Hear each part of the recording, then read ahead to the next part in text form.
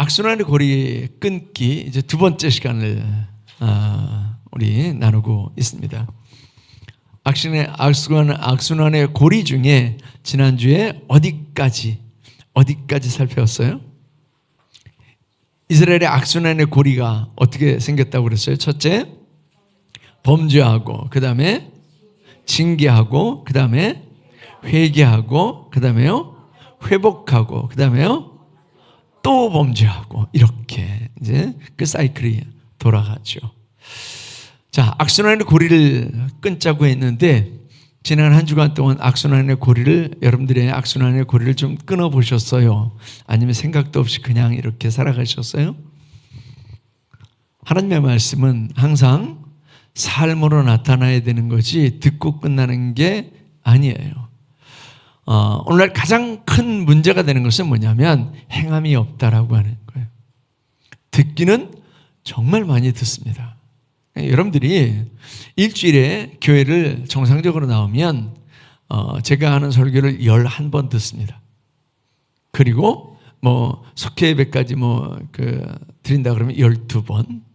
그 다음에 여러분들이 또 경건한 생활을 한다고 방송 틀어놓고 어쩌고 그러면 매일매일 더 들어요. 근데 중요한 건 뭐냐? 삶이 없는 거예요. 행함이 없는 거예요. 하나님의 말씀을 듣고 듣기 좋은 얘기만 들어요. 그리고 아주 좀 자극적인 얘기, 재밌는 얘기나 자극적인 얘기, 이런 얘기만 들어요. 그리고는 뭐라고 하느냐면 은혜 되네. 거기서 끝이에요.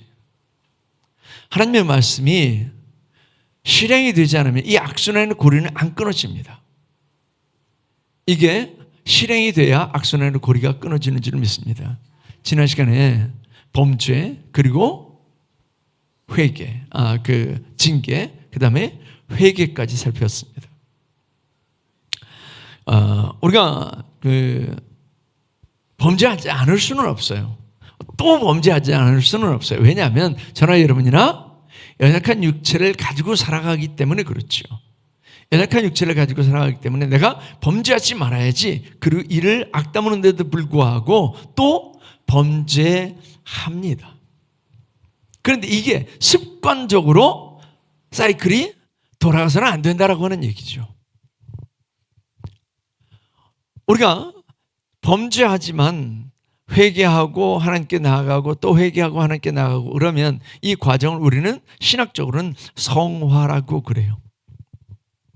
성화라고 그러고 이제 그게 완전히 끝나서 진짜 그 성화된 상태가 지속되는 걸 우리는 영화라고 그러거든요. 근데 이 땅에서는 영화는 어렵다라고 봐요. 신학자들이 이 땅에서 영화는 어렵다고 봐요. 근데 성화는 가능하다고 보는 거고, 감리교 창시자인 요한 웨슬리는 이 성화에 굉장히 많이 신경을 썼습니다. 그리고 많이 강조를 했습니다. 우리는 이 성화의 단계를 자꾸 밟고 나가야 될 텐데 그러면 누릴 것이 많아집니다. 영적으로 누릴 것이 많아져요. 그런데 이 성화의 단계를 자꾸 밟아 넘어가지 않으면 그러면 영적인 것은 누릴 게 없습니다. 신령한 세계에 안 보입니다. 신비한 세계, 하나님의 축복, 하나님의 능력, 하나님의 역사, 이게 없습니다. 그냥 종교생활을 하는 거예요. 왔다 갔다.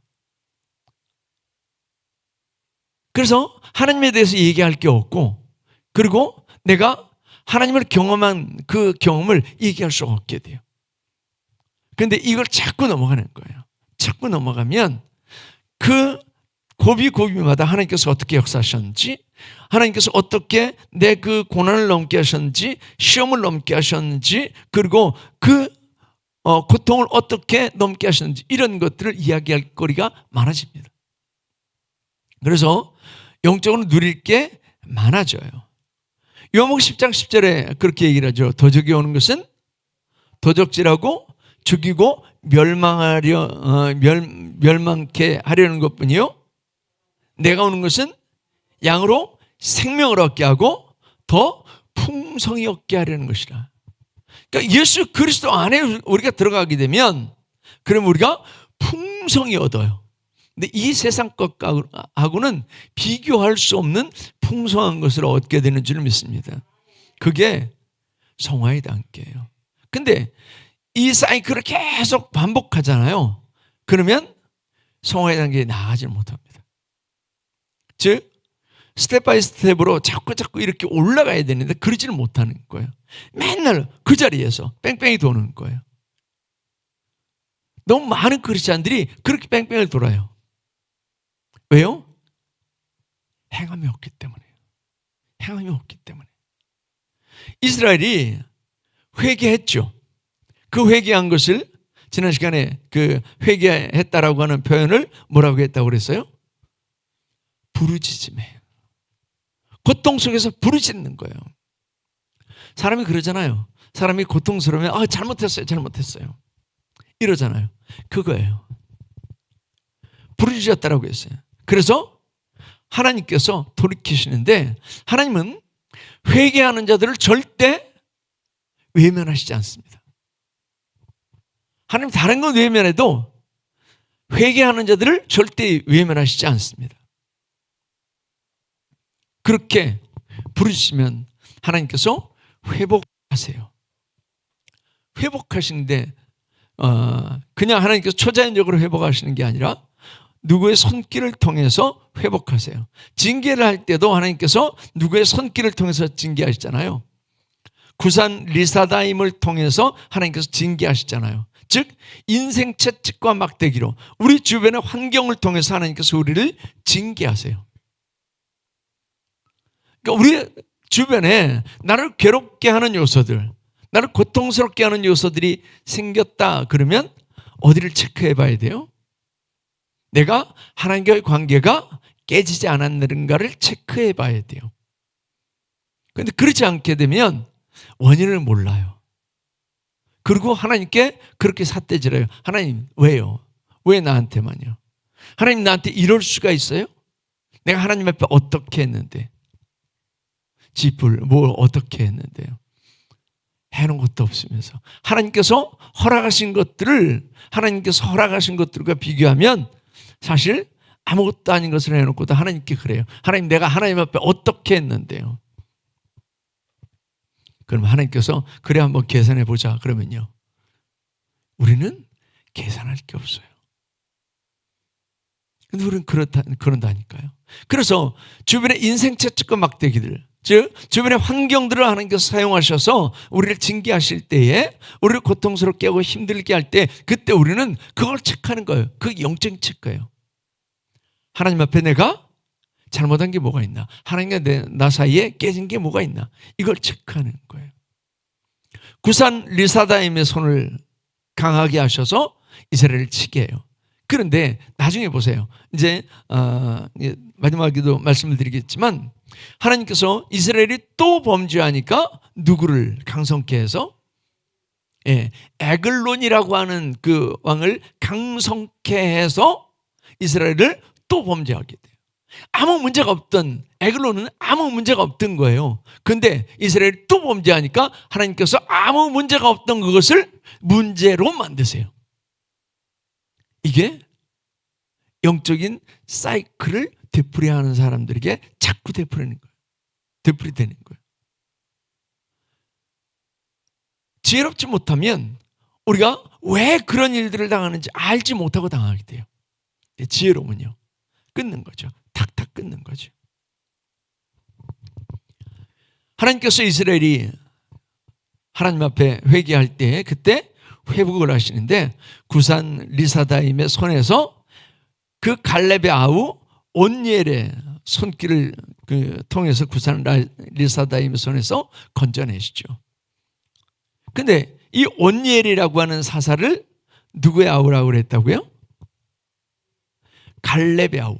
갈렙이 어떤 사람이에요?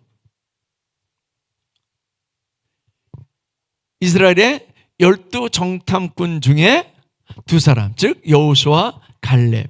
이 두 사람이 이스라엘 땅을 그 가나안 땅을 정탐하고 긍정적인 보고를 한 사람들이고 오직 하나님만 섬긴 사람들. 하나님만 섬긴 사람들이에요. 그래서 가나안 땅에 들어갈 수 있었던 사람들. 모세도 들어가지 못했던 그 가나안 땅에 들어갈 수 있었던 사람 중에 하나가 갈렙이에요. 근데 이 갈렙이라고 하는 사람 대단한 사람이잖아요. 여호수아 같은 경우에는 늘 모세의 수행비서였어요. 모세는 퇴근해도 그 여호수아는 퇴근을 안 한 사람이에요. 모세가 자기 그 장막으로 퇴근하잖아요. 여호수아는 자기 장막으로 퇴근 안 하고 그 장막에서 그 장막을 수직하면서 그 장막에서 지낸 사람이 여호수아예요. 그래서 하나님께서 하나님의 신을 그에게 부으시고 그리고 그를 모세의 후계자로 만드시죠.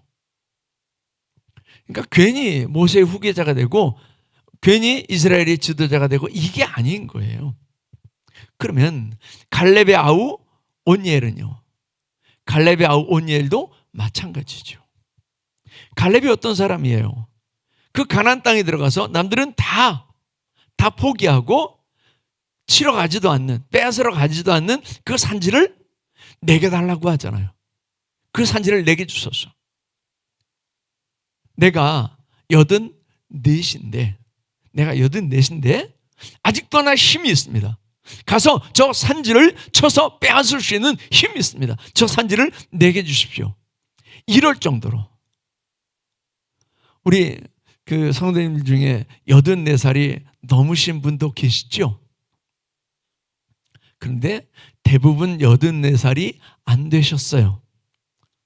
여러분들이 지금 그러고 있는 거예요. 산지를 향해서 저 산지 내가 들어가서 뺏을 테니까 저 산지 나한테 주세요. 그러고 있는 거예요.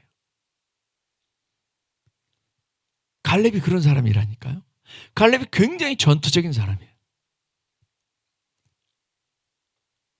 갈렙이 하나님의 말씀에 벗어나는 것을 보면 견디질 못하는 사람이에요. 그래서 10명의 정탐꾼들의 그 보고를 듣고 막 울부짖고 차라리 우리 그 애굽으로 다시 돌아가자 그러는 백성들 앞에서 여호수아와 갈렙이 했던 그 행동이 뭐였어요? 그들의 옷을 찢었다라고 했어요. 얼마나 화가 나면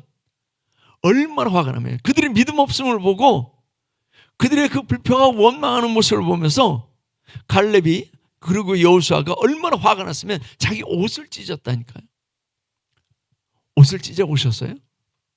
여러분들 옷 찢기 힘들어요. 잘 안 찢어져요. 근데 그 옷을 찢었다니까. 너무 화가 나니까. 그러면서 그들은 우리의 밥이라고. 하나님께서 우리와 함께 하시면 우리가 능히 올라가서 그들을 칠 수 있을 거라고. 그들을 그 땅을 차지할 수 있을 거라고.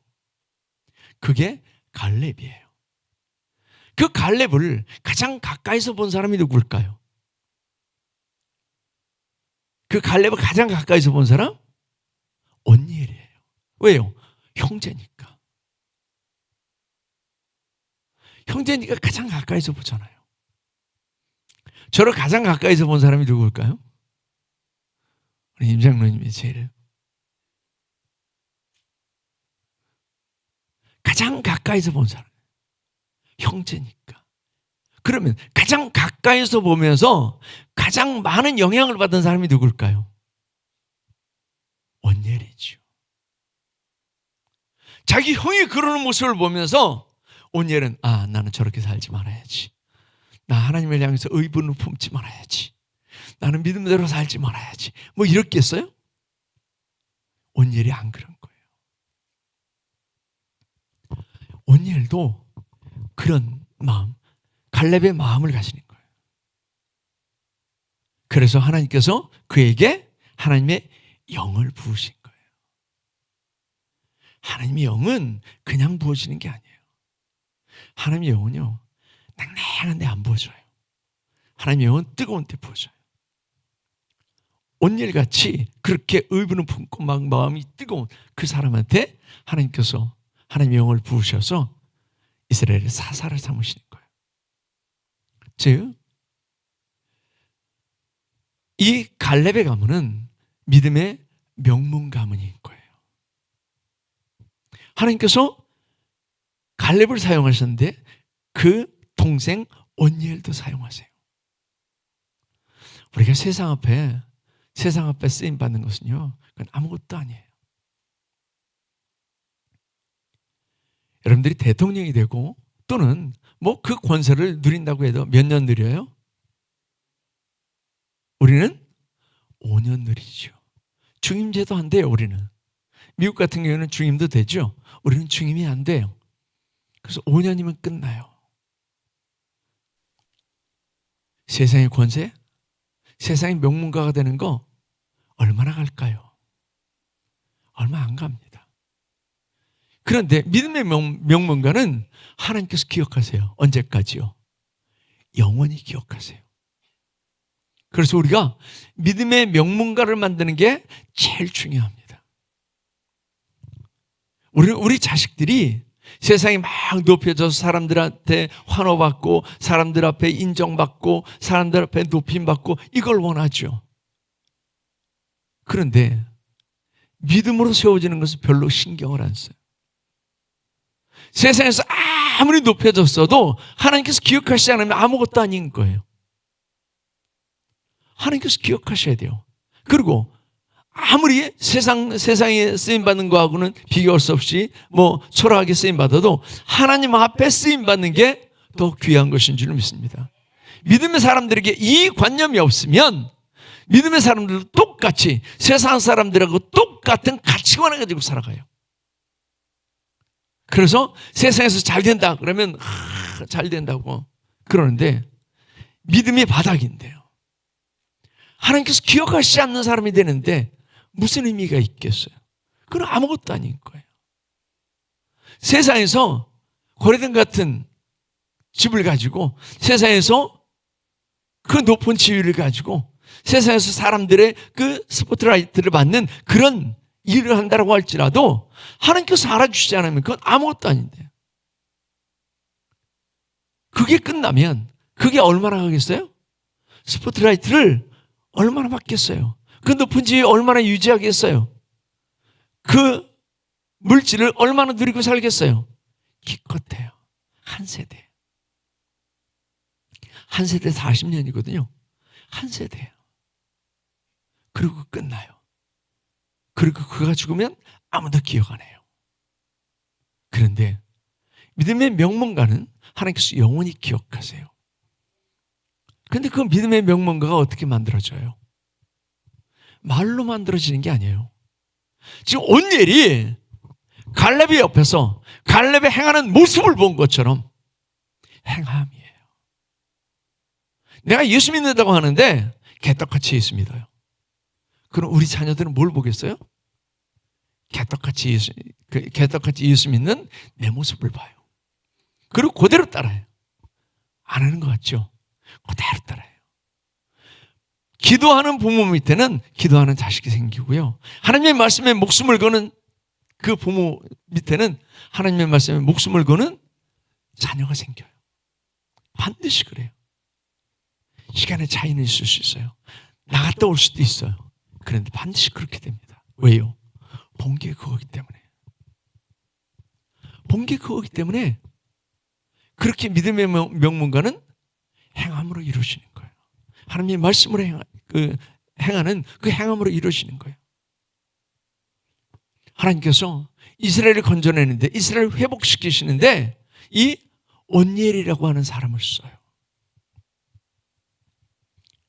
저와 여러분들이 그리고 저와 여러분들의 자녀들이 이 세상을 회복시키고 구원하는데 온니엘과 같이 쓰임받을 수 있기를 바랍니다.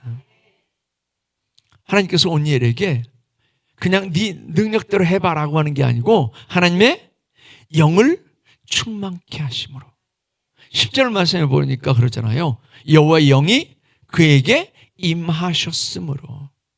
하나님의 일은요 내 능력 내 생각 가지고 하는 게 아니에요. 내 힘 가지고 하는 게 아니에요.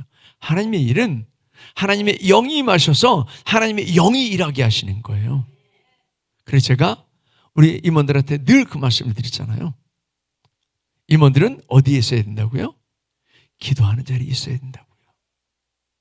왜요? 기도하지 않고 하나님의 영을 받는다? 아니요. 있을 수가 없어요. 마귀는 기도하지 않아도 얼마든지 임합니다.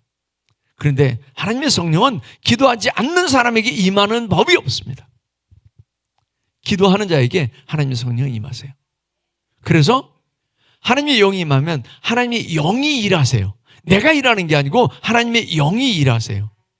그래서 하나님의 일들을 감당하게 하시는 줄 믿습니다.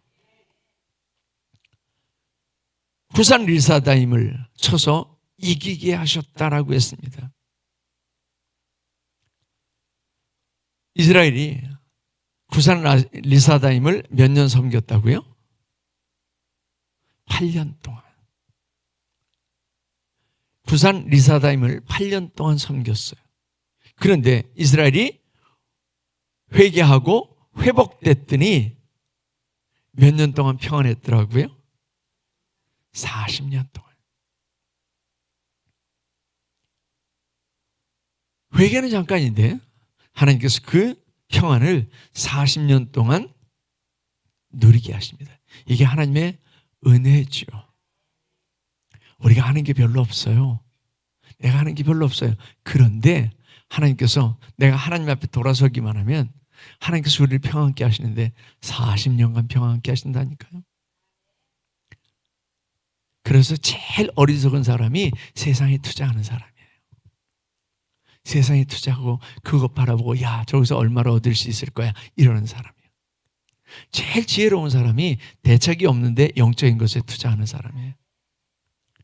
영적인 것에 투자하면 대책이 없는데 하나님께서 거두게 하세요. 8년 동안 고통받았는데 하나님께서는 40년으로 갚으시는 줄 믿습니다. 이게 회개의 유익입니다. 이건 이제 다음 시간에 살펴볼 겁니다. 근데 안타까운 것은 그 회개가 온전한 것이 아니었다라고 하는 거예요. 고통만 면하려는 임시 변통이었어요. 면피의 회개였다라고 하는 거죠. 그래서 또다시 그들에게 하나님의 징계가 닥쳐옵니다. 사이클 중에 첫째가 범죄, 두 번째는 징계, 세 번째는 회개, 네 번째는 회복, 마지막으로는 다시 범죄. 이 사이클이 다시 돌아가는 거죠. 이스라엘이 12절 말씀에 보니까 뭐라고 했어요? 이스라엘 자손이 또 여호와의 목전에 악을 행하니라. 이스라엘 자손이 여호와의 목전에 악을 행함으로 여호와께서 모압 왕 에글론을 강성하게 하사 그들을 대적하게 하심에 에글론이 암몬과 아말렉 자손들을 모아가지고 와서 이스라엘을 쳐서 종려나무 성읍을 점령한지라 이렇게 말씀을 했습니다. 이 구절에서 우리가 주목해야 될 말이 뭐겠어요?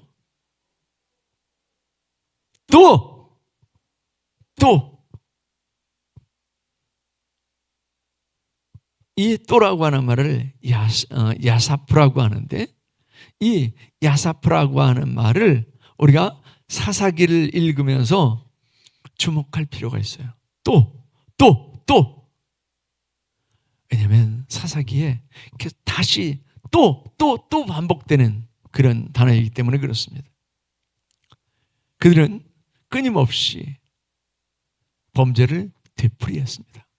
사사기가 대충 한 400년 정도 됩니다. 이 400년을 이 사이클을 계속 돌았다니까요. 사사 온니엘이 죽은 후에 이스라엘은 다시 범죄하고 그 결과 하나님의 진노로 모압 왕 에글론에게 압제를 당하게 됩니다. 그런데 에글론은 혼자가 아니었어요. 그 에글론이 13절 말씀에 보니까 암몬과 아말렉 자손들을 모아가지고 왔다 그랬어요. 구산 리사다임은 그냥 단독으로 왔어요. 그런데 지금 이스라엘이 또 범죄하니까 하나님께서 모압 왕 에글론을 강성하게 하시고 모압 왕 에글론뿐만 아니라 누구까지요? 암몬과 그리고 아말렉까지. 우리가 회개하고 거기서 돌이키고 그리고 살아가면 얼마나 좋아요. 또 범죄하는 거예요. 왜요? 이제 숨쉴만 하거든요. 숨쉴만 해요. 40년 동안 살만 했어요. 살만 하니까 또 범죄하는 거예요. 이스라엘이 왜 범죄했다고요? 하나님을 잊어버렸다라고 했죠. 하나님 멀리하는 거예요. 이스라엘이 범죄하게 된 게 하나님을 멀리하는 거예요. 하나님을 멀리하면 반드시 범죄하게 됩니다. 그래서 범죄하지 않기 위해서 하나님께 가까이 와야죠. 예배로 가까이 와야 되고, 기도로 가까이 와야 되고, 말씀으로 가까이 와야 되고, 이렇게 가까이 와야 돼요. 그래야 하나님을 잊어버리지 않아요. 우리가 뭔가를 잃어버리는 이유가 거기 있다라고 했잖아요. 크게 두 가지라고 말씀드렸잖아요. 첫째는 멀리하기 때문에. 멀리 두면 잊어버리는 거예요. 두 번째는요, 가치 없게 여기기 때문에 잊어버린다라고 했잖아요. 이렇게 하면 잊어버리는 거예요. 이스라엘이 이제 살만해요. 그러니까 또 하나님을 멀리하는 거예요. 하나님을 멀리하는 대신 뭐예요? 눈에 보이는 거, 당장 눈에 보이는 것, 여기에 집착하는 거예요. 또 당장 눈에 보이는 것들을 가치 있게 여기는 거예요. 고수와 하수의 차이는 뭐예요? 하수는 눈에 보이는 것만 보고, 고수는요, 눈에 보이지 않는 몇 수 앞을 보는 거죠. 이게 고수예요. 신앙적인 하수는 내가 고통받아야 그때서야 하나님 앞에 잘못했어요 라고 하는 거고, 고수는요, 그거 당하기 전에 하나님 내가 뭘 할까요? 라고 묻는 거예요. 신앙의 고수예요. 여러분들의 신앙의 하수세요? 고수세요? 신앙의 고수가 다 될 수 있기를 바랍니다. 그래서 늘 하나님의 뜻을 묻는 거예요. 하나님, 내가 뭘 할까요? 내가 뭘 해야 될까요? 하나님, 내가 뭘 해야 하나님 기뻐하시겠어요? 이거 묻는 거예요. 그리고 하나님께서 기뻐하시는 일들을 하는 거예요. 근데 하수는요, 내가 기뻐하는 걸 해요. 내가 기뻐하는 거, 내가 원하는 걸 해요.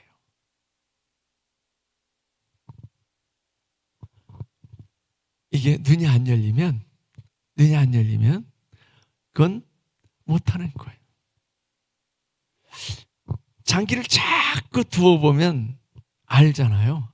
아, 요 말이 어디로 갈 거고, 요 말은 어디로 갈 거고, 이걸 알게 되잖아요. 그래서 몇 수 앞을 보게 되잖아요. 아, 내가 이렇게 두면 상대방은 어떻게 둘 거고, 그리고 내가 이걸 먹으면 상대방은 어떻게 할 거고, 이게 보이잖아요. 뭘 통해서 보이는 거예요? 경험을 통해서 보이는 거예요. 장기판에 딱 한번 앉았더니 그냥 뭐 몇 수 앞이 보이고 이런 사람이 없어요.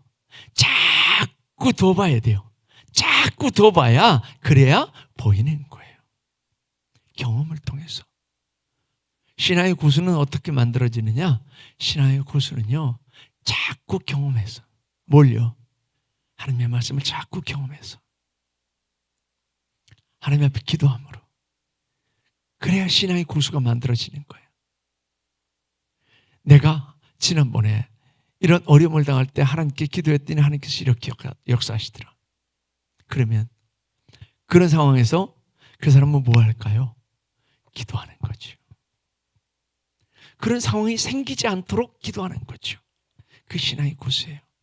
그런데 하나님의 말씀을 행하지 않았어요. 아무것도 경험하지 못해요.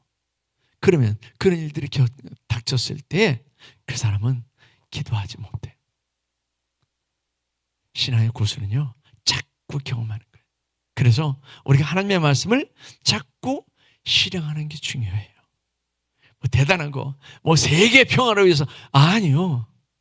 세계 평화는 세계 평화 부르짖는 사람한테 그냥 맡겨놓고, 우리는요, 하나님과 우리 사이에 평안부터 찾으세요. 그래야 내가 자꾸 경험해요.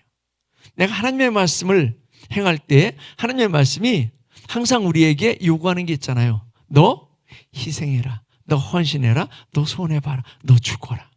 이거요. 하나님의 말씀은 항상 우리에게 그렇게 요구해요. 야, 내가 이거 하면 내가 100배 줄게, 1000배 줄게, 10,000배 줄게 이렇게 약속하지 않고 하나님의 말씀은 항상 우리에게 그렇게 요구해요. 너 희생하라, 헌신해라, 손해봐라, 심지어 죽어라. 그런데 그걸 행해보면 알아요. 하나님 결코 손해보게 하지 않고 하나님 결코 나를 죽이지 않는다라고 하는 걸 우리 잘 알게 됩니다. 그래서 자꾸 행하게 되죠.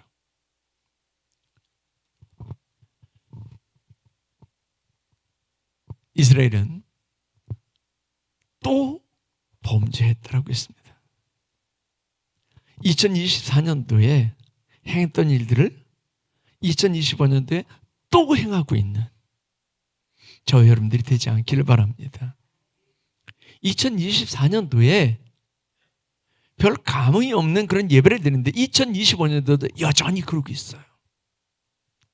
예배하고 은혜 받고 그래 내가 세상을 이겨야지, 죄악을 이겨야지, 그리고 나가서 세상을 이기고 죄악을 이기고 하나님께서 원하시는 삶을 살아가야 될 텐데 2024년도처럼 똑같이 예배를 하고 난 후에도 아무것도 변하지 않는, 말씀을 듣고 난 후에도 아무것도 변하지 않는 그런 삶이라면 우리는 악순환의 고리를 계속 돌려가고 있는 거예요. 그걸 끊어낼 수 있기를 바랍니다. 내게 지금 반복되고 있는 악순환이 뭔지, 반복되고 있는 악순환의 고리가 어떤 건지 이걸 들여다볼 수 있는 지혜가 있기를 바랍니다. 혹시 이걸 모르겠다라고 하면 하나님께 구하는 거죠. 하나님, 내가 지금 어떤 악순환을 지금 반복하고 있는 거죠? 하나님께서 구하면 그냥 이렇게 입 닫고 침묵하지 않으세요. 기도하면 우리의 마음과 생각을 지키신다고 했죠. 우리의 마음과 생각을 지키세요. 그래서 알게 하세요. 깨닫게 하세요. 그리고 우리가 돌이킬 수 있도록 해주세요. 우리가 2024년도를 보내고 2025년도를 벌써 1월달 다 보내고 2월달 중순이에요. 그런데도 아직도 해결되지 않고 끊어내지 않고 아직도 반복하고 있는 게 있다라고 한다면 이제는 이 말씀처럼 끊어낼 수 있길 바랍니다. 그래서 하나님께서 회복하시고 하나님께서 반복하지 않는 우리에게 허락하시는 그 풍성한 축복과 풍성한 은혜를 마음껏 누리는 저와 여러분들이 될 수 있기를 축원합니다. 기도하겠습니다. 할렐루야, 하나님 감사를 드립니다. 오늘도 하나님께서 저희들에게 참으로 귀한 시간을 허락하시고 귀한 말씀을 나누게 하시니 감사를 드립니다. 사사시대의 사람들처럼 우리가 범죄하고 징계받고 회개하고 또 하나님께서 회복하시고 다시 범죄하는 그런 악순환을 되풀이하지 않게 하옵소서. 2024년도에 행했던 그 악순환의 고리를 2025년도에도 똑같이 되풀이하는 어리석음이 없게 하시고 이제는 끊어버리게 하시고 하나님의 그 은혜와 축복을 풍성히 누리는 복된 삶이 되게 하여 주시옵소서. 오늘도 하나님께서 우리에게 귀한 말씀 주심을 감사하며 예수님의 이름으로 기도하옵나이다. 아멘.